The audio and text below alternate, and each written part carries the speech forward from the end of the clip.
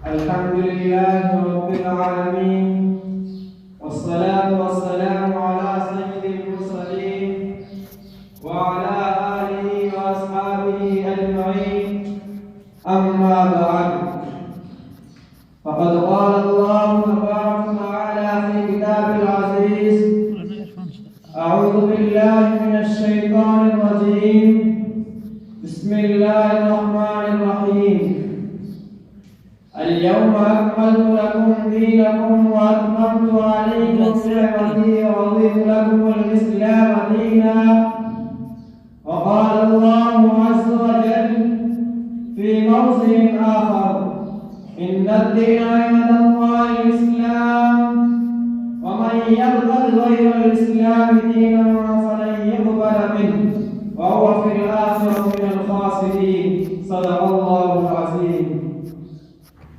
حضرات علماء اعزام، معزز اساتذہ اکرام اور گلشن داریہ کے پھولوں، آج کی اس مجلس میں جس موضوع پر ہم مشاعرے کا موقع ملا ہے اس کی وسعت محدود ہے، مگر وقت مختصر ہے۔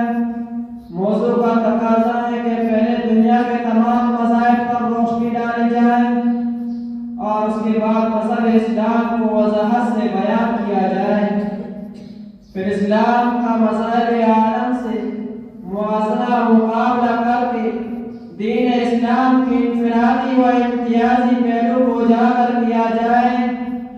لیکن اس مختصر سے وقت میں یہ مشکل ہے، کیونکہ اگر دنیا کے مذاہب کو چھوڑ کر صرف برِ صغیر میں وجود میں آنے والے اور نشو و نما پانے والے مذاہب کو ہی موضوع سخن بنایا جائے تو پورا دن بھی ناکافی ہوگا۔ مثل مشہور ہے: ما لا یدرک کلہ لا یدرک کلہ۔ لہذا میں چاہتا ہوں کہ مذہب اسلام کے ساتھ صرف ان ادیان کا مختصر تذکرہ کروں جن کا اسلام سے معاصرہ تعلق رہا، اور اسلام کا جن مذاہب سے بلا واسطہ مقابلہ ہوا۔ تو آئیے سب سے پہلے بتاتا چلوں مذہب اسلام کیا ہے، وہ کب اور کس زمانے میں وجود میں آیا اور اس نے دنیا کو کیسا پیغام دیا۔ داعیان اسلام، پہلے میں آپ کو اس پرقدم زمانے کی سیر کراتا ہوں جس میں دین اسلام کا نزول ہوا، تاکہ اسلام کا ماقبل اور مابعد اس کا ماضی حال مستقبل آپ کے سامنے ہو، اور آپ مذہب عالم کے آئینہ میں دین اسلام کے زمانے کی تصویر دیکھ سکے۔ آج سے 1400 سال قبل جب آسمان پر ہر طرف شرک و بدعت، کفر و ضلالت اور نفس پرستی کی گھمگھور گھٹائیں چھائی ہوئی تھی، روئے زمین کے کسی گوشے اور کسی چپے پر رشتہ ریت کی ہلکی سی بینہ نہیں دکھائی دے رہی تھی۔ انسان ششک کا تک توڑ رہی تھی، لیکن اس کے سر پر شفقت اور محبت اور ہمدردی و مرحمت کا ہاتھ رکھنے والا کوئی نہیں تھا۔ سورج طلوع ہو کر روزانہ عالم کو جگمگاتا تھا، لیکن کوئی ایسا چراغ روشن نہ آتا تھا جو دل کی تاریخ کو ادا میں اجالا کر دے۔ آخر رحمت خداوندی کو جوش آ گیا، اور جب نیبوکیس سے آفتاب ہدایت طلوع ہوا، فرحان کی چوٹ نے سعودیت کو ادا کیا جس کی شہادت انبیاء معصوم کہتے چلے آئے تھے۔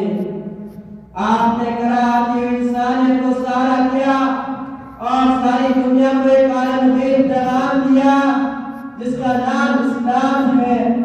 اسلام کی ایک ہی صدا نے سارے عالم میں ہلچل مچا دیا۔ بت خانہ میں دھوم مچ گئی، شیطانی دل سے ٹوٹ گئے، شراب کے مٹکے پھوٹ گئے، بتوں کے پجاری صنم خانے کو بھول گئے۔ مذہب اسلام میں آ گئی انسانی جانوں کی قربانی موقوف ہو گئی۔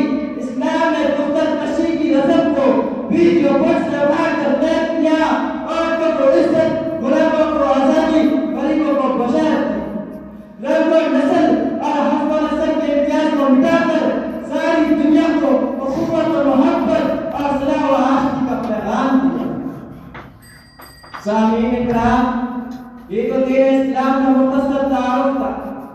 اب اگر دنیا میں پائے جانے والے مشہور مذاہب کی وسعت کا جائزہ لیں لیکن صرف دین اسلام کا ایک مختصر تعارف ہے، اس کا ظہور سرزمین عرب میں ہوا، مگر کسی ملک و قوم کے ساتھ خاص نہیں رہا، نہ کسی خطہ عظیم میں محدود رہا، بلکہ ایک بین الاقوامی اور ایک عالمی مذہب کی حیثیت سے حکم عرب پر چمکا۔